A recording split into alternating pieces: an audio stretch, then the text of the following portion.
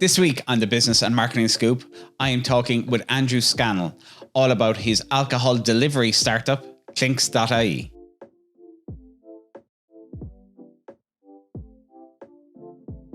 Andrew, cheers for joining me today, man. Mark, how are you?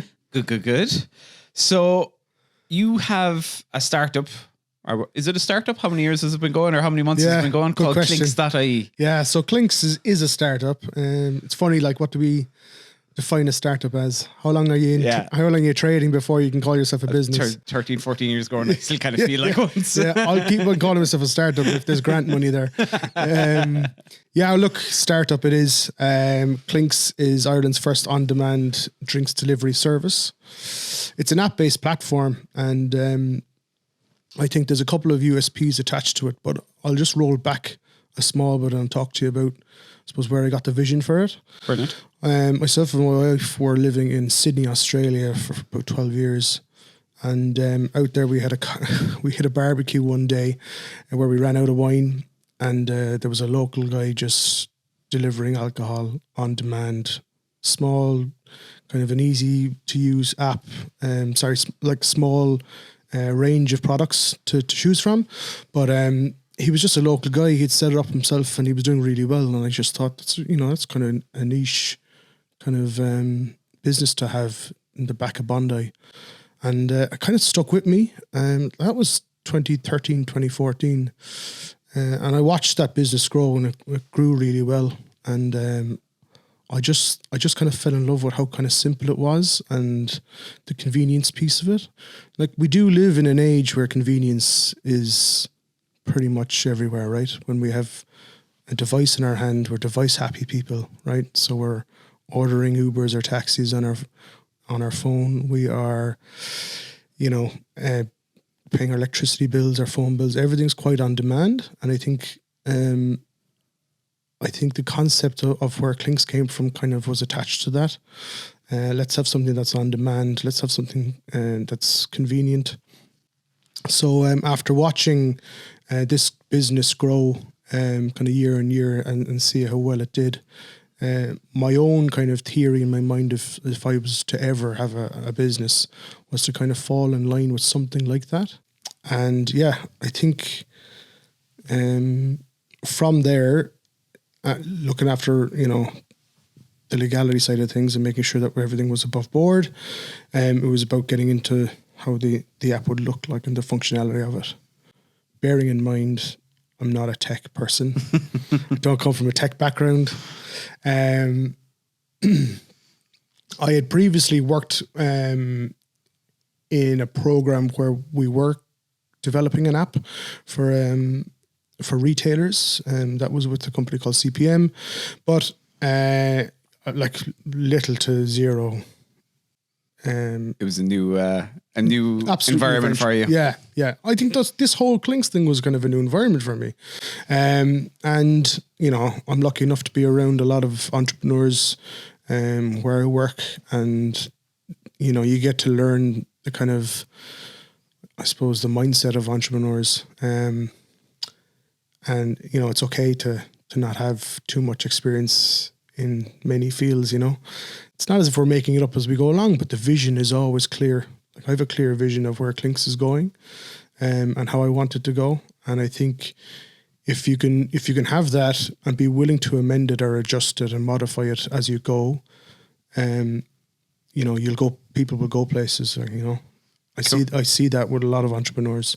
If you're open to change a small bit, I think you have to be. You have to be. Oh God, you have it. Yeah. As in we talking off camera there a while ago about the changes in AI happening so quickly. I mean, changing industry. So I think anybody running a business or starting a business, you have to be massively, massively open to change. You have to be, but like at the same time, you got to stay your course to a certain degree. I hear a lot of people telling me, "Oh, you should do this and you should do that." These people, just aren't qualified to say that to me, if you know what I mean. I'm not trying to, and I'm not being big-headed or anything like that. If I see somebody who has serious experience within the startup ecosystem, has serious experience in coding or possibly a CTO, they have my ears. But there are people who, may think that they have that, and you got to balance I suppose. it. Yeah. Yeah. Not get sucked in by some of the noise, you know. Oh God, absolutely. Yeah. Not that I do. So in terms, then I suppose you got to the point, right? The legal stuff sorted, the plan is there. Yeah. How did you go about? I suppose two things. One, did you look for funding or were self-funded? And the other side then is the tech side on how you started, either hiring people or outsourcing, or how you did that. Yeah. So bootstrap, baby, all the way. And that's hard. It's difficult. So, and some money from family, not a lot, but you know, that helps. So that answers that first question. I think that then I suppose looking for developers or a tech team, snooped around and looked for developers and met a really nice guy, working for a company in Dublin, and just hit it off with him. He loved the concept. He was coming to me with ideas before we even spoke about a contract. He was like, you know, you should look like this, and you know, have you seen this company? I've researched. So he was well on board, and he was great. And if he's listening, he knows who he is. So I really was top notch because he knew that I said to him, I said, look, I'm going to look for somebody who can steer the ship as well, because I don't have the technical vision. I know what I'm looking for, but when it comes to the coding side of things and the complexity of how it's going to look like across different platforms, different apps, and I'll go into that in a while. It was more about having kind of a partnership, but obviously from a third party supplier. Okay, so I wasn't in a stage where I was going to hire somebody. I was more about engaging them from a third party piece. So I engaged with this company, and we kicked it off really well, and everything was going so well. We'd done the wireframes. The UX was always going to be a really strong piece for us, so they got that early on. They were like, you know, even just from the buttons to the moving from tab to tab, all that stuff, they were super. 6 months in, he gets a new job. Oh no! Gets promoted outside of that company, so he jumps ship, and then the challenges. You know, when somebody like that kicks off a program and a project, they have so much knowledge, and then they have like 3 weeks to hand it over to somebody. It's very difficult for the person coming in as well. Yeah, very difficult for that person coming in. Yeah, 100%. You know, and very difficult for me, Mark. Absolutely. Well, yeah, no doubt about it. Whatever, what then? Don't take the light off me. I think that was a bit of a challenge, right? So, and how did that start to go for the next person to come in? Did that go well? And is that? So that was all internal for them, right? So I was just told. Oh, okay, got you. I was just told he's going, and there's a new person coming in, and they'll take over. And look, so that's the challenge, right? And as you said, you know, 3 weeks isn't much of a handover. No. But look, you know, we kicked on, kept on going and driving it, and a few challenges, but you know, we now have an MVP, right? Brilliant. So having a minimal viable product is something that I'm extremely proud of. After all the kind of ups and downs and kind of doing it on my own from that perspective. And there's nothing like your first sale. So, and I remember it, and I did the delivery myself, and I'll never forget it. But just when you see everything fall into place, you're like, after all, like, because I'm talking 15 to 16 months of development and testing. It's a complex model, right? So, I don't want to bore anybody, including yourself or your listeners, but you have a customer app, you have a driver's app, you have an administration portal for the administrators like myself. You have a vendor's portal or a off-license portal, so they can accept or look at the orders, etc. So there's a couple of different platforms there that are all tied in. And the app you're off the back of Google Maps. So there's a lot of different plugins, etc. So it is a kind of a complex piece, and from I suppose build to test, it was a long time. Off licenses, I'm presuming, are the main retailers that you are going after, is it? Yeah. So the vision is that small to medium-sized enterprises are your local off licenses, your independents especially, don't have the resources to be online. In-store sales have been shifting to become online more so year on year. So in 2020, it was 4% in Ireland. Now we're talking around 6% of sales, alcohol sales are online. So it's increasing year on year, and that's an upward trajectory. Now that's global, but it's also in Ireland. That's an upward trajectory of people purchasing alcohol online. And that's everything from wine clubs to your on-demand delivery.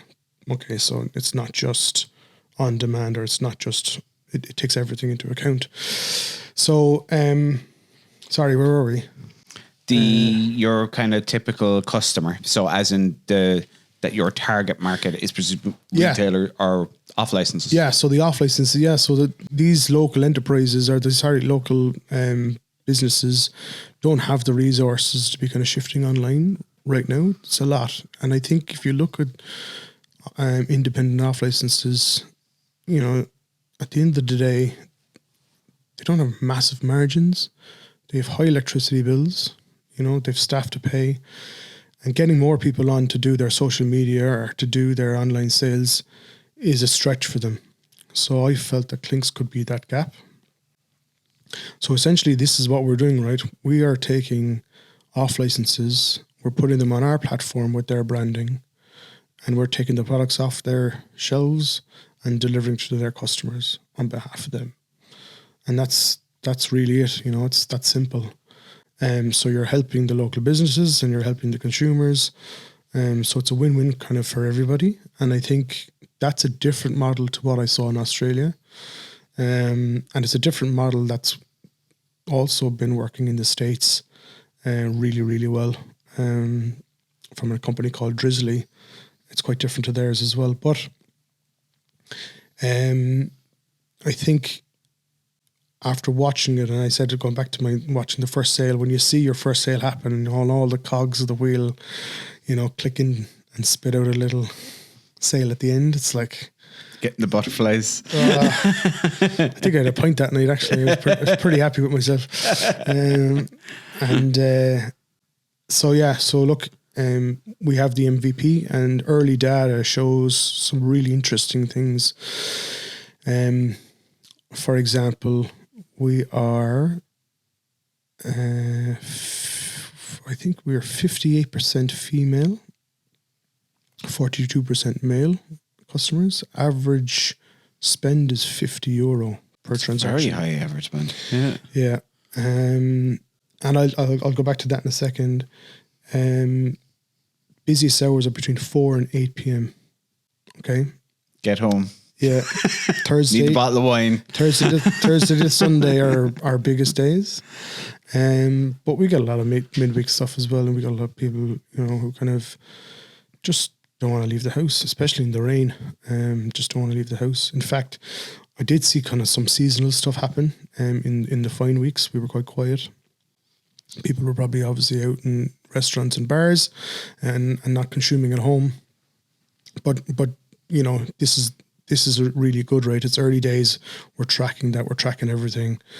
We're tracking our biggest sellers, being white wine, sparkling wine, lager, and gin. So they're the biggest. And then look, it's right down, like we have it down to a T in regards to the data. So from the actual hour, the actual minute, who that person is, the demographic.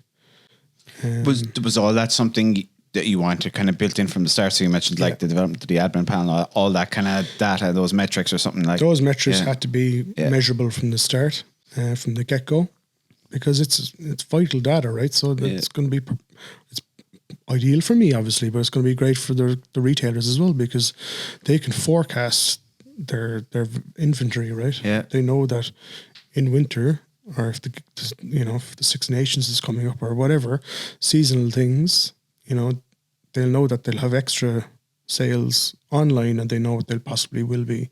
So they just order more to that, So all that is vital data.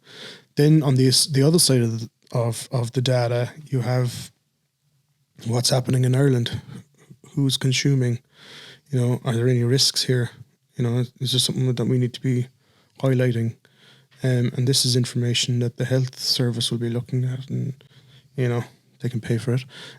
But but I think it's important, right? So the foundation here of Clinks has always been responsible service of alcohol, but you know, we'll just keep plugging along and building our market shares. Brilliant. As much as we can. That fits nicely into how are you at the moment going about building that market share. So what's always difficult on this side is you've got to attract the consumer and you've got to attract the retailer. There's two completely different hats to be worn. The B2B hat and the B2C hat. Yeah. So the B2B hat, I didn't find that hard at all. Good. So like my background is sales, so I know how to sell, but I felt like when I was speaking to these off licenses that the only thing that they were worried about was the age verification. It was delivering to underage. And then when you have a piece that what we have that can solve that. Yeah. It's a win-win, right? It's a no-brainer. And were you literally just cold calling, going and getting meetings with these knocking guys? on the door. Yeah. And it's 4 out of 4, right? So I got 4 retailers on the platform covering the 4 corners of the city. And they're great to work with, I have to say. One thing that because I spoke to the 2 owners of the Australian business back in October. I was in Australia, and I was speaking with them, and they were saying, look, you know, you don't need to have 20,000 or even 2,000 products. Just have the simple lines, and that's all people want. It's convenience, right? They want the Heinekens or the white wine. And I was trying to get everything on. I was trying to get Shadow and the Parfum or whatever you call it. I can't even call it. I should really know this. But it was more like it was about understanding your market, which we are still doing, right? You know, I'm kind of happy to kind of sit in that bracket for a while, just say we're still new, we're still finding our feet, we're still learning, we're still understanding, you know, our customers. I speak to them as well, which has been really helpful. Pick up the phone, dial in and say, listen, you know, how was your experience, etc. And that's just been vital. Like it's so powerful hearing from the customers. But just going back on the B2B, the B2B side was really good. It was kind of an easy connection to those 4. I think they're all those 4 business people are very much, I suppose they see what's ahead. And are they single offline stores, or do they have a few different ones? Some of them have a few different ones. Good. Yeah, some of them have a lot. Cool. And in fact, they all own more than one, which is always handy. Yeah, absolutely. And generally they do, right? But I think that they very much see how the future is looking when it comes to the sale of alcohol safely, online, and conveniently. So that's important, right? If you come across somebody who doesn't see that, you're going to be kind of in a bit of a uphill battle, and you don't need that when you're when you're trying to set up a business. So they've all been really progressive, and I've been lucky. So yeah, I can't fault them at all, and thank you to them. Then the B2C piece. So this is something that probably struck me that it needed more work than I thought it would. And what I mean by that is that I thought, this is a great app. Sure, they'll be... build it and they will come. Yeah. So I just sit back now and... we have a lot of customers and we have a lot of reoccurring customers, but I need to build on that big time. And it's how you do it. So small things. I remember I did a piece on Yay Cork. Do you know Yay Cork? Yeah. And I just love them. I just love reading. I just think it's so vibey and cool, and I really kind of enjoy that type of online pieces that they do. Anyway, they did a piece, and like probably the biggest month we had. It was Unreal. huge. Yeah. And then I kind of tried flyer drops. So I'm trying everything, right? Yeah.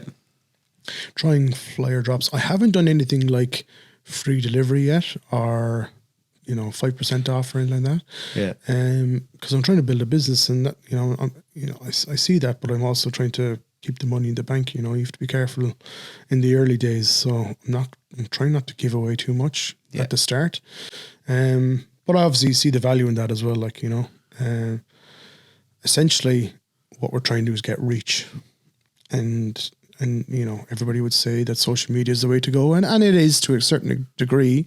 There's a lot of work that needs to go into that at the same time. And I suppose it's probably possibly a grey area as well. Technically, because you're selling alcohol as well, there's the regulations around the ad platforms there and stuff like that as well. There is, yeah. So like, Heineken can't advertise in sporting grounds, as you know, and all that type of stuff. However, Clinks is a facilitator, right? So Clinks can advertise as a drinks delivery service. Okay. So loophole. But look, setting that aside, I think the reach on social media, as I said, it's difficult enough, organically, and that's what we try to do. Like, try and do everything organically. Pay for a small bit on Google or whatever, but grow organically, get people out, and then getting people talking about you.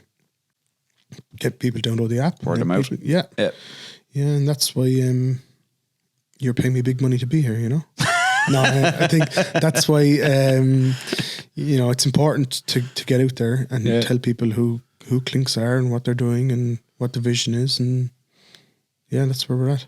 Brilliant, man. And in terms of, if you're looking out, let's say 2 years from now, where are you hoping to see Clinks.ie in 2 years' time? Yeah, it's a really good question, Mark. I think, had you asked me that at the start of the year, it would have been a very different answer. The reality of it was that it takes time to build these things, much longer than you'd think. Because I remember, like, we've been building features, adding on features all year, really, to kind of suit either a vendor or customer and stuff like that. So, you think you have everything at the first launch, but you don't. You're so way behind. But I think Europe is definitely on the cards, right? Brilliant. London or Manchester, both would like to be there. Lisbon, parts of Spain, parts of France, but that's the dream, right? But anything can happen. Just keep knocking on doors. Yeah. As I said, look, the B2B piece is kind of simple piece, I think. But look, one step at a time. I think Dublin will be next. Cool. Well, it will be, and then we do Galway, Limerick as well, Waterford, and try and get a good stand in Ireland, and then head across the water. But I thought I was going to be across the water next year, and maybe I will be, but you never know. But I think all these, like, it does sound like you've got the team tech wise seem to be in a good space from where you're sounding. But I think with any software product, like, it always takes so much longer, and then you think, yes, we're there, and someone will request a new feature, and then it's like, oh God, because we did that, now we have to do this, and it's never ending in that space. It can be, and look, I mean, it's the app is nowhere near where we want it to be right now. It's still an MVP, still a startup, but like, there's serious vision down the track, and I think if we get the right people on board. I think I'm definitely at a stage where I'm kind of talking about a co-founder to come in to this business to scale, because it's you can't do it you just can't do it on your own. So definitely not if you're looking at Lisbon and London. Yeah. So there's that, and obviously then you need to get the funding to do that, to scale. So, and look, there's plenty of resources out there that I can go to. There's your local enterprise office. And there is Enterprise Ireland, and grants are there. We've been lucky with one or two of them so far, which has been great. But the whole funding side of it, the whole investment side of it, is a whole different ball game. As I'm sure everything. Like, we count ourselves as pre-seed, right? But then from Series A to B, like, it just goes and goes and goes. So can't do that on my own. So yeah, I think right now is time to, if I'm going to scale, we have to grow the team a little bit. Very good. And so is that something that's in your map, we'll say, over the next 2-3 months, even to start growing the team? Yeah, it is. Yeah. Lucky to head to Web Summit now in 2 weeks. So I'll get to speak to a lot of people down there. That'll be great, just to listen to some of the VCs and listen to some of the other founders and startup companies and be amongst that whole ecosystem / investment kind of atmosphere. Yeah.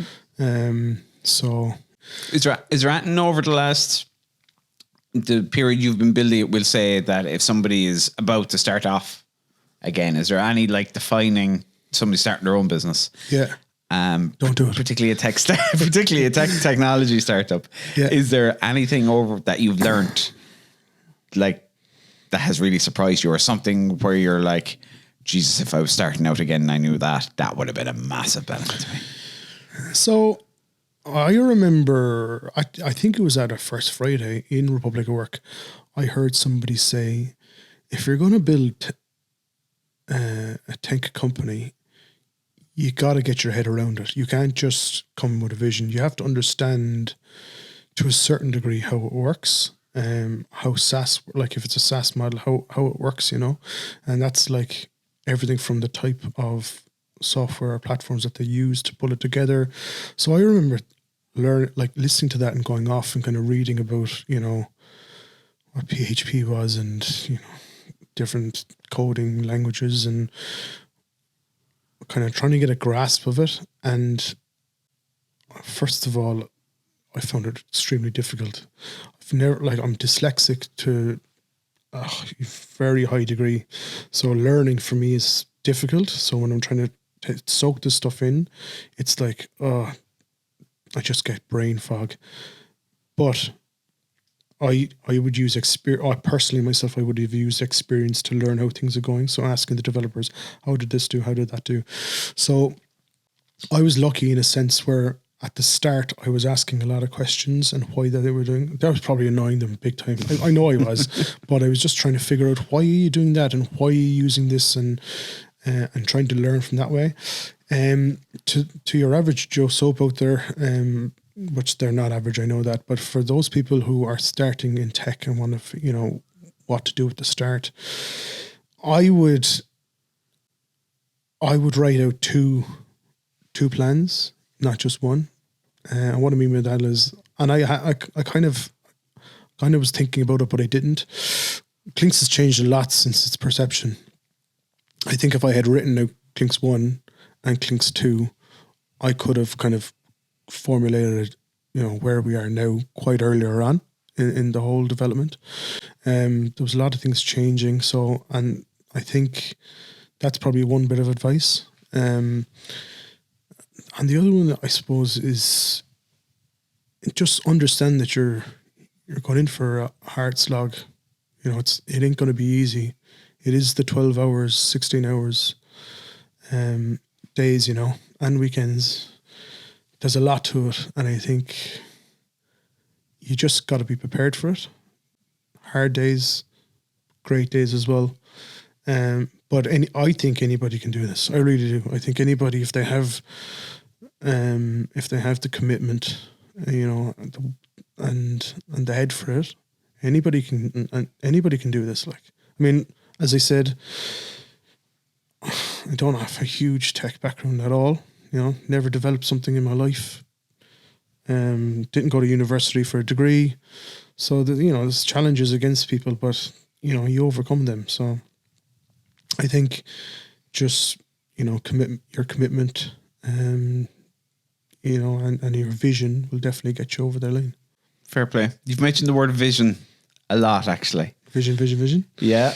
Is the vision at the moment, 10, 20, 30 years out? Is there a big vision at the end of this? The vision is world domination and a yacht.